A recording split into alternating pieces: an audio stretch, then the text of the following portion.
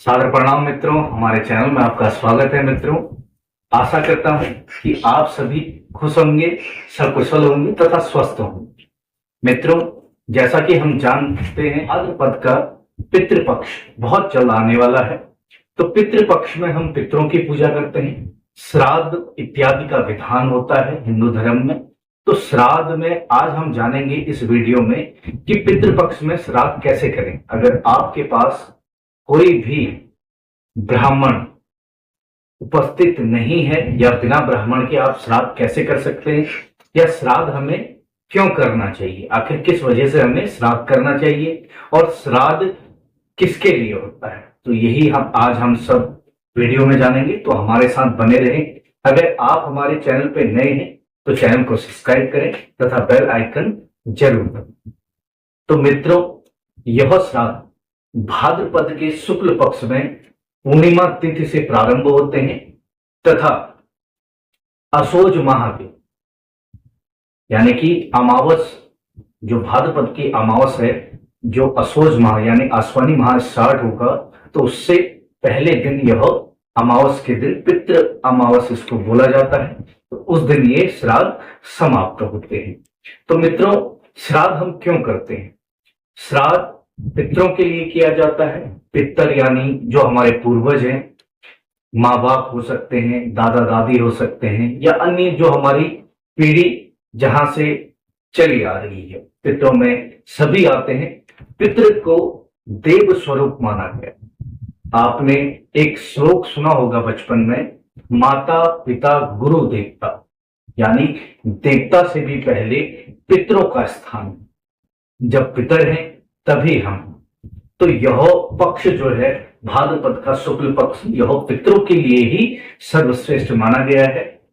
पितृपक्ष में कोई भी शुभ कार्य वर्जित होते हैं, जैसे शादी ब्याह या कोई मांगलिक कार्य, तथा बहुत से चीजों को मनाही की जाती है, जैसे नए कपड़े लेना या बाल काटना, नाखून काटना इत्यादि, ये चीजें बंद होती है। यह पितरों के लिए ही पूरा पक्ष माना जाता है। तो इसमें अगर आपके पास घर में सुख शांति नहीं हो पा रही है या आप किसी चीज से परेशान हैं, तो मैं आपको यह बताना चाहता हूं कि पितृपक्ष में अगर आप पितरों का श्राद्ध करते हैं, तो वो श्राद्ध में जो भी भोग, जो भी तर्पण आप करते हैं, वो डायरेक्ट पितरों से कनेक्शन होता है उसका। यानी कि आपके जो भी पूर्वज हैं, वो भोग सीधे उन्हें लगेगा। यानी साल भर का यह पितरों के लिए एक भोजन स्वरूप जो हम भोग लगाते हैं, ये साल भर का हो। अब हम जानेंगे कि हमें श्राद्ध में क्या करना चाहिए। तो मित्रों, श्राद्ध में सबसे पहले आप ब्रह्म मुहूर्त में उठें, अपने घर की साफ सफाई करें। साफ सफाई करने के बाद आप मंदिर में पूजा करें। उसके बाद आप एक पितरों का स्थान निश्चित रूप से बनाएं। पितरों का स्थान बनाएं। स्थान बनाने के बाद उनकी फोटो या प्रतिमा आपके पास है तो वहां पे रखें। उसके बाद आप आचमन ग्रहण करें और उसके लिए सामग्री इकट्ठा करें। मित्रों, अलग अलग शहरों में अलग अलग विधान है पिंड के। कहीं चावल के आटे के पिंड बनते हैं, तो कहीं भात यानी चावल बनाने के बाद, बॉईल करने के बाद जो बनता है, उसके पिंड बनाए जाते हैं। तो पिंड बनाने के लिए आप उसमें गंगा जल डालें, थोड़ा गंगा जल के छींटे दें। उसके बाद आप थोड़ा सा दूध के छींटे दें, जौ तेल डालें और उसको मिलाएं और पिंड बनाएं।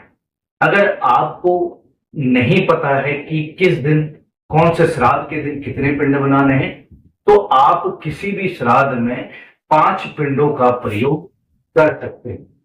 पिंड बनाने के पश्चात आप उन्हें पूजा स्थल पर रखें, उनका शुद्धिकरण करें, धूप दिया जलाएं। उसके बाद आपको तर्पण करना है। तर्पण यानी पितरों को तारने के लिए तर्पण किया जाता है। शास्त्रों में विधान है कि तर्पण करने से पितरों की जो अगली योनि होती है वो अच्छी होती है।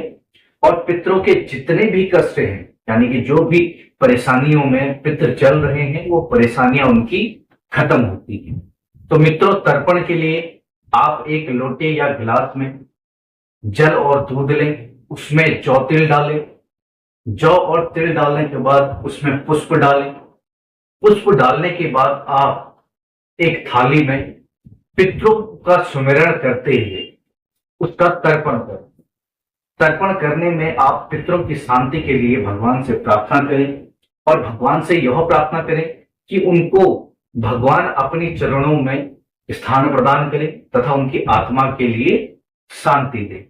और जो भी पितरों का श्राद्ध आप कर रहे हैं उनका सुमिरन करें, उनके नाम का उच्चारण करें और भगवान से प्रार्थना करें कि जो भी हम ये पूजा अर्चना कर रहे हैं वह हमारे पितरों तक जरूर पहुंचाए। उसके बाद मित्रों, आप घर में अच्छे भोग बनवाएं, खाना बनाएं, सारी चीजें बनाएं, वैरायटी बनाएं और उसका भोग अपने पितरों को लगाएं। पितरों को भोग लगाने के बाद आप उस तर्पण जो आपने तर्पण किया है उस जल को किसी साफ जगह पे हरे पेड़ के नीचे डालें तथा जो भोग आपने पितरों के लिए लगाया है वैसी ही एक थाल में आप सारी चीजें जो भी आपके घर में बनी है उसको एक बर्तन में इकट्ठा रखें, सब रखें। वह गौ माता के लिए आप जरूर निकालें। जैसा ही भोग आप पितरों को लगा रहे हैं वैसी गौ माता के लिए और कौवे के लिए आप श्राद्ध में 4 चीजों को जरूर भोग लगाना है। अगर आप पितरों को भोग लगा रहे हैं, आप गौ माता को भी भोग लगाएं, स्वान यानी कुत्ते को भी भोग लगाएं। उसके बाद आप कौवे के लिए भी खाना निकालें। जब यह सारे भोग आपके लग जाते हैं उसी के बाद आप सभी में वो भोग वितरित करें और स्वयं भी वो भोग ग्रहण करें। तो मित्रों, श्राद्ध पक्ष में कोई भी तामसिक भोजन का आप इस्तेमाल ना करें, कोई भी नशीली पदार्थों का इस्तेमाल ना करें, अपनी वाणी में सरलता रखें। यह श्राद्ध इसीलिए किए जाते हैं कि आपके पितृ शांति में रहें, उनके कष्ट कम हो तथा भगवान उन्हें अच्छी योनि। मित्रों, यह श्राद्ध पक्ष पितर, जैसे कि मैंने आपको पहले भी बताया है, माता पिता गुरु देवता, यानी पितर देवताओं से बड़ा, पितरों से बड़ा कोई देव नहीं और पितरों से आगे कुछ भी। जब पितर हैं तभी हम इस दुनिया में आए और आज उन्हीं के नाम से अपना जीवन व्यापन कर रहे हैं। तो मित्रों, श्राद्ध पक्ष में अगर आप कर सकते हैं तो ब्राह्मण के द्वारा ही श्राद्ध करवाएं। अगर आप असमर्थ हैं यह कराने में, आप खुद से भी ये विधि कर सकते हैं, वरना ब्राह्मण को बुलाएं, भोजन करवाएं। जो आपकी बेटियां हैं उनको बुलाएं, जमाई को बुलाएं, उनको दान दक्षिणा करें, ब्राह्मण को दान दक्षिणा करें और उसके बाद आप पितरों की आत्मा के लिए शांति मांगे। तो मित्रों, अब हम जानेंगे कि भाद्रपद में श्राद्ध कब से स्टार्ट। 2024 में सितंबर माह में यानी भाद्रपद में शुक्ल पक्ष की पूर्णिमा तिथि से श्राद्ध पक्ष प्रारंभ होता है। तो पूर्णिमा तिथि भाद्रपद में 17 सितंबर को पड़ रही है, यानी 17 को आपका पूर्णिमा का श्राद्ध है। इसी प्रकार 18 तारीख को आपका प्रतिपदा यानी प्रथम श्राद्ध। इसी प्रकार आपके ये श्राद्ध जो हैं वह 2 अक्टूबर तक चलेंगे।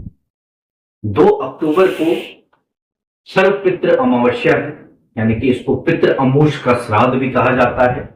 यह अमावस के दिन यह श्राद्ध का विधान यह होता है कि किसी कारणवश अगर आप श्राद्ध नहीं कर पा रहे, अगर आप श्राद्ध नहीं कर सकते हैं, अगर आपका श्राद्ध छूट रहा है या माता का छूट रहा है या पिता का छूट रहा है या किसी अन्य लोगों का श्राद्ध छूट रहा है। तो पितृ अमावस्या इसलिए होती है कि सारे, अगर आप किसी का भी श्राद्ध करना चाहें और सारे पितरों के लिए एक दिन बना है, वो है पितृ अमावस्या। तो मित्रों, मैं आपको यह तिथियां बताता हूं श्राद्ध की। तो 17 तारीख को आपकी पूर्णिमा का श्राद्ध है। इसी प्रकार 18 तारीख को आपको प्रतिपदा यानी कि प्रथम श्राद्ध, 19 सितंबर को तीसरा श्राद्ध, इसी प्रकार आपका 2 अक्टूबर तक आपका अमावस्या श्राद्ध। इसी प्रकार यह पक्ष, शुक्ल पक्ष खत्म होता है। शुक्ल पक्ष खत्म होने के बाद असोज का महीना चलता है यानी कि आश्विन माह चलता है, और उसके दूसरे दिन से ही नव दुर्गा का पूजन प्रारंभ हो जाता है। यानी कि जो हमारी असोज माह की नवरात्रि है वो दूसरे दिन से ही प्रारंभ हो जाती है। तो मित्रों, यह थी कुछ जानकारी श्राद्ध पक्ष को लेकर। श्राद्ध पक्ष जरूर करें। अगर आप असमर्थ हैं करने में तो दान दक्षिणा श्राद्ध के दिन जरूर करें। आप चावल का दान कर सकते हैं ब्राह्मण को, वस्त्रों का दान कर सकते हैं, दक्षिणा का दान कर सकते हैं। तो मित्रों, उम्मीद करता हूं कि हमारे द्वारा दी गई जानकारी आपको जरूर पसंद आई होगी, और प्रार्थना करते हैं कि पितृदेवता आप सभी पर अपना आशीर्वाद बनाए रखेंगे तथा आपके जीवन से परेशानियों को दूर करेंगे। धन्यवाद। इष्टदेव सदा सहाय।